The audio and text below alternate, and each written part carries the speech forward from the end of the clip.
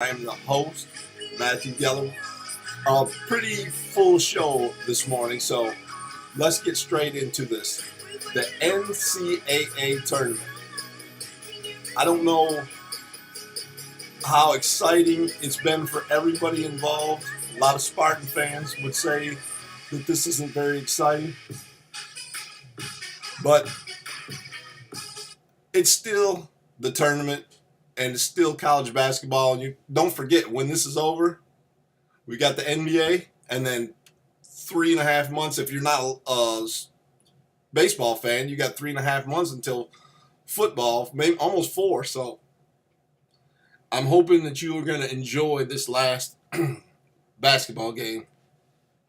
Now, because I am a man of full wisdom, I have partially seen the error of my ways, and I want to say that I've recognized the fact that the University of Michigan is a legitimate basketball program.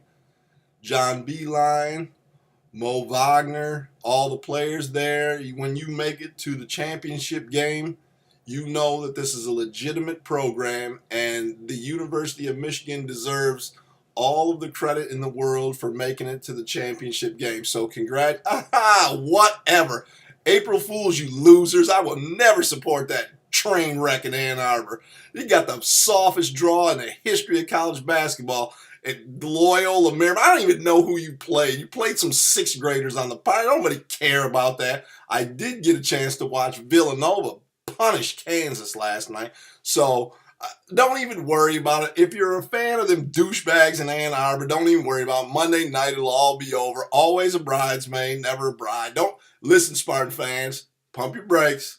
Remember what Matt told you on Sunday. There will never be a University of Michigan hoist-to-no trophy ever in my life. It is the worst sports program in America. So come on, Spartan fans. Don't even worry about it. And to all my doucher Michigan fans that tune in to watch this, I know you're excited about it. When you never have anything to cheer about, the only thing you have to cheer about is a first down. One first down in the fourth quarter against the Citadel. You blow that stupid. I know you're excited. I know you get excited about this stuff, but go away. Forget it. It'll be another time. John Beilein is a marginal coach. You got a bunch of scrubs that could never play at Michigan State and had an easy run. So get over it. Villanova, on the other hand, legit. Jay Wright, we'll talk about that a little bit later. This has been a really boring tournament. It's been hard to watch. It's not watchable basketball. Just think of that. You got the University of Michigan in the championship game. That's all you need to know. Garbage. Hot garbage. All right, let's get to NFL free agency. The Los Angeles Rams. Now, keep in mind, a lot of you this week, I noticed there was a lot of people talking about the splash that the LA Rams were making, because you really have the Philadelphia Eagles, who are the defending NFC champs and Super Bowl champions. So really, they are the benchmark that the rest of the league is trying to emulate, the Philadelphia Eagles and what they're doing.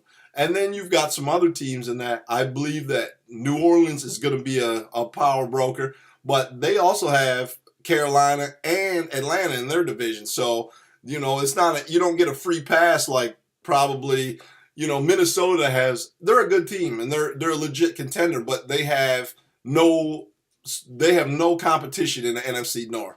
The Bears, the Packers possibly, but I don't think so. And then of course the inept, pitiful Lions, so they get a free run. And then you got the NFC East, which maybe the Dallas Cowboys put up a little resistance, but probably I'm thinking they just won't. They're just not very good their organization. So right now, so that's that. And then of course the Giants is just whatever. But out west, the Los Angeles Rams have made some big moves this week, and it has a lot of people talking about it. But just look at let's take each move let's pick it apart and take a look at it. So their big splash so far as in free agency has been they picked up Marcus Peters and Ndamukong Suh and Aqib Talib. Now, I wouldn't, if I was a Rams fan, I would not be too excited about these moves. You have to remember that Ndamukong Suh, when he came to Detroit as a rookie, he just dominated. He pushed everybody around. He needed a double team on. I mean, they literally had to take 2 offensive linemen to stop this guy because no man could stop him one-on-one by himself. And so his time's up in Detroit, and he signs a free agent contract with the Miami Dolphins. $114 million, $60 guaranteed. Goes down there for 3 seasons, and all you did was see his stats decline every single year to the tune of, I think he had 4.5 sacks this year. So when you sign a long-term deal like he did with the Miami Dolphins, they just flat out released him. Just released. Your services are no longer needed. Now, you have to remember all of the things that come with Ndamukong Suh as well as him being arguably one of the top 5 most dominant D linemen in the NFL. You have to deal with the salting Jake Delhomme or the stomping of Aaron Rodgers or the choking of Ryan Mallett. You have to take all of this into consideration when you're making these decisions. And I just don't know if the Miami Dolphins did that. And so his act got old in Miami and they just flat out released him, which is amazing to me. So he signs a new 1-year deal with the Los Angeles Rams, which, going from Miami to Los Angeles, probably a good move. It's not bad. I mean, I'd like to be in Miami or Los Angeles, so that's a good move. It's not bad for Ndamukong Suh. I think that it's going to end up being potentially bad for the Los Angeles Rams. But they didn't just stop there. Marcus Peters, the contentious cornerback from Kansas City, signed a free agent deal with the Los Angeles Rams. Now, if you remember, he's had a lot of on the field and off the field issues, most notably when they got the penalty called on him late in the game, and he tossed the referee's flag up in the stands, and he just he made the statement about when he was talking about tackling was it's a business decision. So what he's saying is, I'm not putting my head in there. I am not putting my head in and getting hurt, and so I don't get my money. Now, that is definitely the type of cat that I want on my team in my foxhole if I'm going to war on a football field. So you have head case 1, Ndamukong Suh. Head case 2, Marcus Peters. But the Los Angeles Rams did not stop there. Well, don't forget, they traded... they basically gave Marcus Peters away. He is a 2-time Pro Bowl cornerback. And they traded him for a 2019 second-round pick and a 2018 fourth-round pick. So you have to look at that. The Kansas City Chiefs got what they could, but the market just wasn't there for Marcus Peters. So they gave a Pro Bowl cornerback away for peanuts. So that tells you a little bit of something about that. Now, the third and arguably the least destructive of the 3 of these, but nevertheless has had his own issues, is Aqib Talib. And they signed him to a contract this week, being the Los Angeles Rams. They signed him to a contract this week. And when he was in New England, his sister had an issue with her boyfriend. He ran up in the house with a gun. The police were called, blah, blah, blah. So, he's, the issues as well as, don't forget, the brawl on the side with Oakland when Denver and Oakland got into it. Now, I'm not going to put that all on him because Denver and Oakland have a hatred for each other that goes back way before Aqib Talib. But if you remember correctly, Aqib Talib snatched Michael Crabtree's chain off his neck during a game a couple years back. So everyone knew they were watching for the next time they got together. And then the next time they get together, it's literally an all-out brawl on the sidelines. So you have head case 1 and Ndamukong Suh, head case 2 Marcus Peters, and head case 3 Aqib Talib, all brought in as free agents.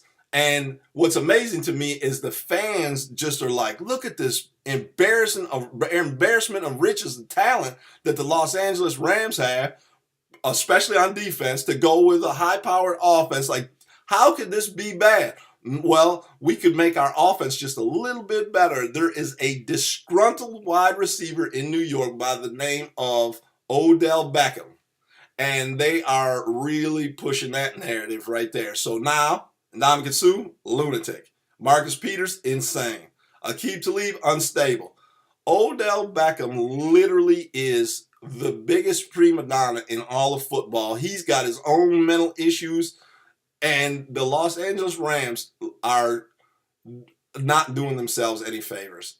So if all of you think that this is a good move, by the end of October, by Halloween, you are going to see what a train wreck this is in Los Angeles. And this, you have to remember that Andy Reid had Marcus Peters in KC and couldn't handle him.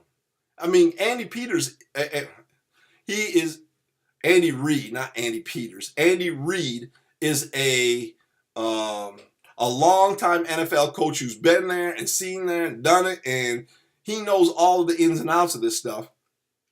And he couldn't handle him. And you got Sean McVay, who's a 31-year-old second-year head coach in the NFL, and you're going to put all of these personalities in that locker room and expect Sean McVay to handle that? This is literally a recipe for disaster that could cost everyone their jobs in Los Angeles, including the head coach and general manager who pulled the trigger on these moves. So I don't like any of these moves, none. You might have one of these people on your team. You don't put all three of them on there, because all that is going to do is destroy a franchise or an organization. So I don't know. I'm not a fan of this move. I'm not excited about it, and you're just going to have to wait and see. But remember that I told you way ahead of time, this is not going to be successful. And for the fans of Los Angeles and the Rams, you have to remember this. You have a guy who is looking for an extension right now on that D-line, Aaron Donald. Now, Aaron Donald is the real deal. No off-the-field issues, no on-the-field issues. All he does is bring his hard hat and come to work every single day and produce for this organization. Now, he's going to see by midseason. Now, the Rams are in the middle of trying to extend him right now. But if they don't get that done before the deadline, then you're going to get into the season, and there's not going to be any negotiation until at the end of the season. So Aaron Donald's going to sit back and say, what in the hell is going on with this and these guys? I don't even want to be here. And the next thing you know, he is going to this is what he's going to do. He is going to try to escape from L.A. I don't know. Anyway, okay, so just remember that I told you the Los Angeles Rams and the moves that they made that put them on the top of the NFC. No, this is not going to work out well. This is not going to be a recipe for success. It is going to be a failure, a monumental failure. Mark my words. Now, okay, we got opening day 3 days ago, opening day. Obviously, the Detroit Tigers got rained out. That was a gift to all the Tiger fans in the state of Michigan that didn't have to watch what a pitiful organization this is. But how about this? Speaking of escaping from L.A., Kershaw, opening day starter, supposed to be Bumgarner versus Kershaw, the big matchup, San Francisco versus L.A. They don't get that. I believe the opening day starter's name was Ty Blatch. Ty Blatch. Any of you who have any background on him, please call in, because I have none. I don't even know who this guy is. Blanks. Clayton Kershaw gave up one run and got the loss on opening day. Now, if I'm him, I'm trying to get out of town as fast as I can. This was not at the end of the season or in the dog days of summer in August when, excuse me, when everybody just wore down and the sun's just beating down. This is opening day. You've had all winter to